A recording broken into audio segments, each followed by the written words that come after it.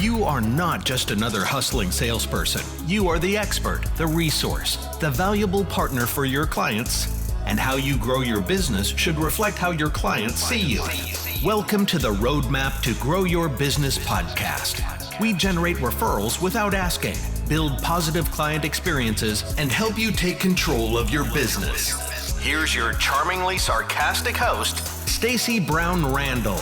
Hey there, and welcome to episode 162 of the Roadmap to Grow Your Business podcast. I'm your host, Stacey Brown Randall. Okay, we are diving in to the alumni stage of the client experience. Yes, this episode is all about teaching you about the alumni stage so that you can leverage it for your business. Let's start out first, though, with who actually has the alumni stage. So if you've been following along with this client experience series we've been doing here on the podcast, then you know you either have 3 stages of the client experience or you have 2 stages.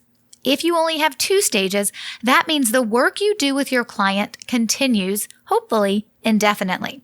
So maybe you're a financial advisor who is constantly managing their assets under management, and you want to do that for as many years as possible. Or like a CPA, and you're doing their taxes for your business owner client every year, or any of your clients every year after. So if you have reoccurring, ongoing work that you don't want to end and you want your clients to keep being your clients year after year after year, your active stage is actually the ongoing active stage, and it doesn't have an endpoint. But if the work you do with your clients does have an endpoint, then once we hit the endpoint of the active stage, it would move your clients into the 3rd stage, which is known as the alumni stage. Now, here's the thing. I like calling the alumni stage because I think it sounds better and means more than just calling your previous clients or past clients. So lots of you may refer to as clients when they're done working with you as a past or a previous client. And you could certainly still refer to that stage as the past client or previous client stage. But for me, I like using the word alumni because it makes me instantly think of my clients when they're really no longer clients differently. Think about it from that alumni perspective, right? So if you went to a university and you're thinking through that alumni stage, what do universities try to do with their alumni? Well, they try to keep in touch. Now, obviously, ultimately, they're also trying to raise money from you, right? So they have a reason for why they are keeping in touch. It's not much different from us with our alumni stage of why we have an alumni stage as well. But I like calling it an alumni because it helps you position these fabulous people who used to be active clients and are now past clients. It helps you mentally position them differently and think about them differently in your business if you call them alumni clients and they are in the alumni stage. So why does it matter? Why does having an alumni stage that is actually intentional and mapped out, why does that matter? Well, this is all about your ability to keep in touch with your clients once the work you're doing for them is over. Just like the university keeps in touch with you because they want to make sure you're connected to the school and you're engaged. Also, they want to make sure maybe you'll be making donations in the future. They want to be able to keep that relationship going with you. In our case, we have an alumni stage because we do want to keep in touch once the work is over because it gives us an opportunity to get referrals. It gives us an opportunity to have those clients come back and work with us again as repeat clients. It gives us an opportunity to have those folks serve as references for us in our business or give testimonials and reviews. Basically, if you have an alumni stage, it allows your clients, when they're done working with you, stay as a champion of your business. But the onus is on you to make sure that you are doing the things to keep in touch with them, to help them feel connected and to help them feel engaged. And so that's why it's important that we have an intentional, mapped out alumni stage. All right, so when does it start? Well, it's going to start the minute the active stage ends. So typically after the final work touch point you do in your process, the active stage is done. Now, your final touch point in your active stage, I make the assumption it's probably a work touch point. Maybe it's a relationship touch point. But whatever is like the final thing you do that wraps up the work you've been doing together or them working with you, whatever that is, the minute that touch point is done, they typically are exiting into the alumni stage because you're no longer working with them because the work is done. So that's when it starts. So how long does it last? Well, that's really up to you. It's typically dictated by the touch points you're going to do in the alumni stage, right? So you may decide that someone stays in alumni clients forever. You may decide that someone stays in the alumni stage as an alumni client for only 18 months or 8 months or 36 months.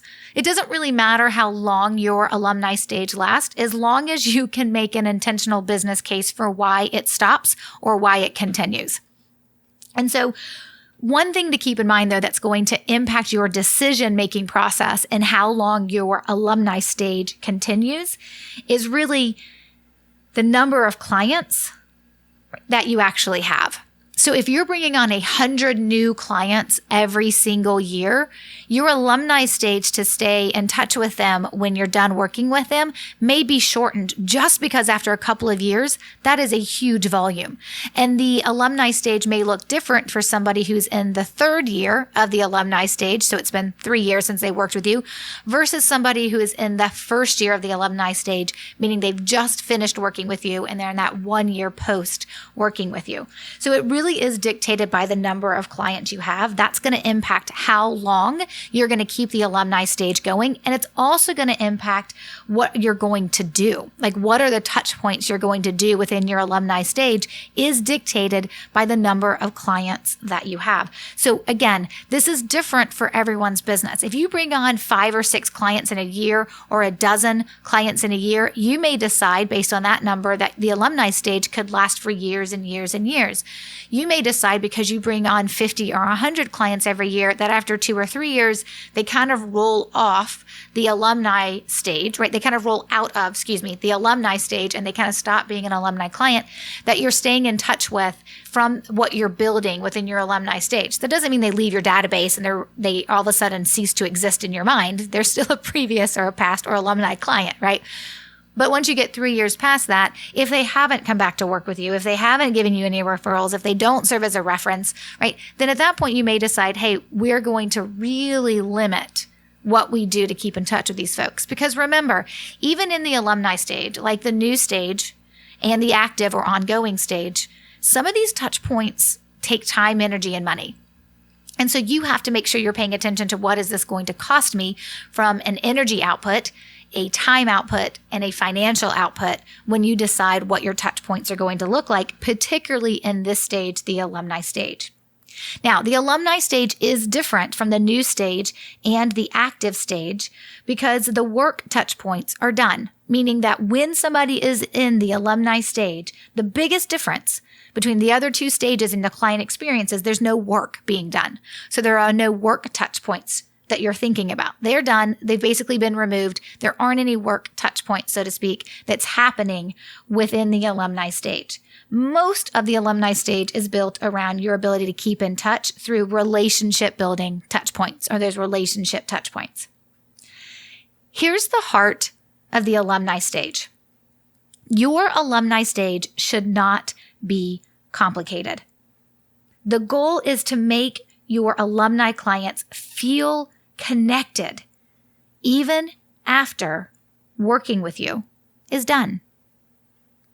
We don't want to overcomplicate this, but we do want to make sure we are keeping our previous past alumni clients, that we are keeping in touch with them, that we are not going dark on them, that we are not disappearing now that the work is done. I will have people come to me and they will say when they start the Growth by Referrals program, hey, Stacey, I have got lots of clients that I've worked with in the past, and I would like to engage them or re-engage them to get them to start referring me. And I'm like, great, tell me about your communication with them over the last couple of years. And they'll be like this pause on the other side, and they'll be like, well, I haven't done anything.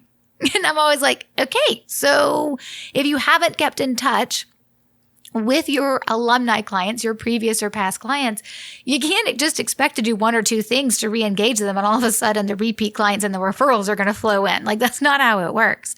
So the goal here is for your clients not to forget about you because you're not forgetting about them.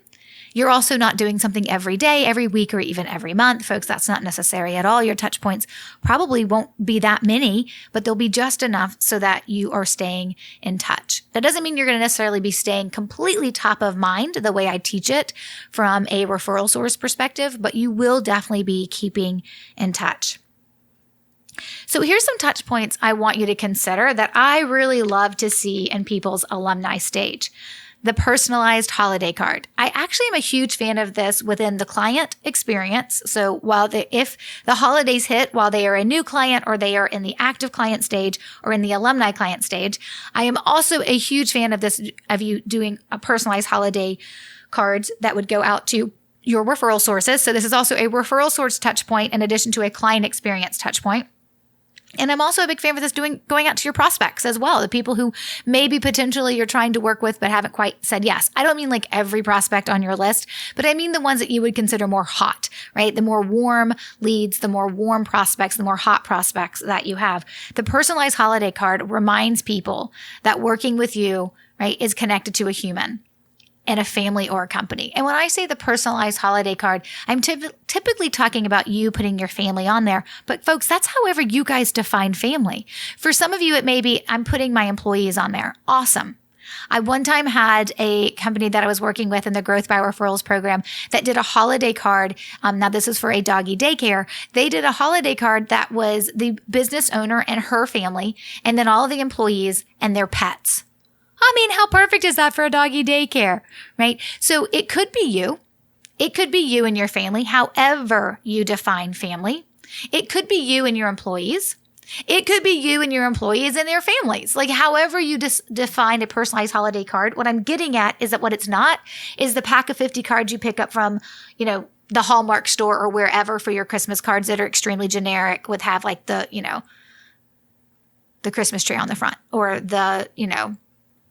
whatever it is that you would have on the front of your Christmas card. I just kind of drew a blank on some other suggestions because, I'm recording this in July. It's not Christmas time. My brain's not really thinking Christmassy or Hanukkah. But what I'm saying is that this is more than the generic card. This is like hey, this is who I am outside of the work that I may do for you or the way that you may refer me. It's connecting with you on a personal level. So I talk a lot more about these when we get closer to the holidays. And if you follow me at all, you know that we do one. My family does one every year. I try to top it every year. My family just gets annoyed every year. And last year's was probably the best I've done in a really long time. It was the song, the 12 Days of Christmas. Well, we did the 12 days of the pandemic and we, acted out each scene of the 12 days. I don't know how I'm going to top that. But anyways, I digress. My apologies. But what I want you thinking about is some really good touch points to consider that are relationship based that may happen for your referral sources, your prospects and clients while they're in the new or active stage can also be something that happens in the alumni stage, which is something like a personalized holiday card. And it doesn't have to be a Thanksgiving, a Christmas, a Hanukkah, or a Kwanzaa. It could also be a New Year's card. It could be a Valentine's Day card. It could be, and I'm not saying you're sending out a personalized holiday card for every holiday. That's weird. I'm saying pick one. And that's something that you consistently send out. And that is a relationship building touch point your clients can receive while they are in the alumni stage. Another thing to consider, though it does take a budget and the ability to deal with event logistics, is if you do a client appreciation event, always invite your alumni clients. Now, maybe you don't invite your alumni clients who are 5 years removed, right? Because your event budget can't allow for that, but maybe the ones that are in their first or second or third year of being an alumni, they get invited to this client appreciation event. What type of client appreciation event you do dictates how many people you can include. If you're buying tickets and taking everybody to a minor league baseball game, you're probably not taking everybody in the alumni stage.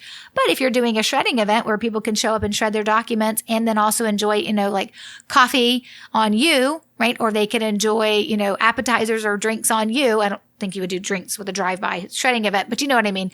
Well, then maybe the budget allows for more people to attend. So if you're doing a client appreciation event, depending on what that looks like, that's an option as well in the alumni stage. There's lots of other things you can consider doing. Those are just a couple to get your mind thinking, hey, if I'm going to do some touch points in the alumni stage, what's it going to look like? Because you don't have the natural touch points of doing the work anymore. You have to make sure you're staying in touch through your relationship-based touch points. And those have to be intentional, and you have to figure out what they are, and you have to map them out. And you guys know I want you guys mapping this stuff out a year in advance so that you know what's happening year in and year out. Because a lot of our client experience touch points, remember, we're building a repeatable process that every client gets. And then they're also that wash, rinse, repeat as well, as we're doing this work and doing these different stages for our clients. Do you have any questions about the alumni stage? I know depending on the type of business you're in, it could look different as to what your alumni stage would ultimately look like. So hop into our Referrals Without Asking Facebook group. That is our free community that you can join, Referrals Without Asking. You can search with it on Facebook, or I will put the link to it in the show notes. The show notes for this episode is stacybrownrandall.com/162. That is for episode 162. And of course, Stacy has an E. So jump into that Facebook group and let me know. I'll put a link to that Facebook group on the show notes page so you can click on it, get right into that group, and ask your questions about the alumni stage or any other questions you have regarding the client experience. And before I sign off, I just want to remind you how I can support you. We do have free training available that's offered almost every month, whether it's live, it may be a challenge that we're doing, or a mini series training, or a webinar. And then we also have what is always available, our on-demand training. And you can find that at stacybrownrandall.com/training. Just go to that page and see what we have coming up. Now, we're in the middle of July right now. So of course, we haven't had a challenge since May, but we will have one coming up in August. So if you're looking and waiting and anticipating the next referrals challenge, it's going to come up towards the end of August. So keep your eyes open. We will post those dates on our training page. Again, that's stacybrownrandall.com/training. Okay, coming up next week is episode 163, and we're actually going to start looking at a tool that I think can help improve your client experience and save you time. I don't always talk about the easy button when it comes to generating referrals or building a sticky client experience, but this is one I use, and I think it's one you're going to enjoy too. So we're going to look at this tool. Okay, until then, take control and grow your business. Bye for now. Thanks for listening to the Roadmap to Grow Your Business podcast. To access all resources and links mentioned in today's show and to connect with Stacy, head over to www.stacybrownrandall.com.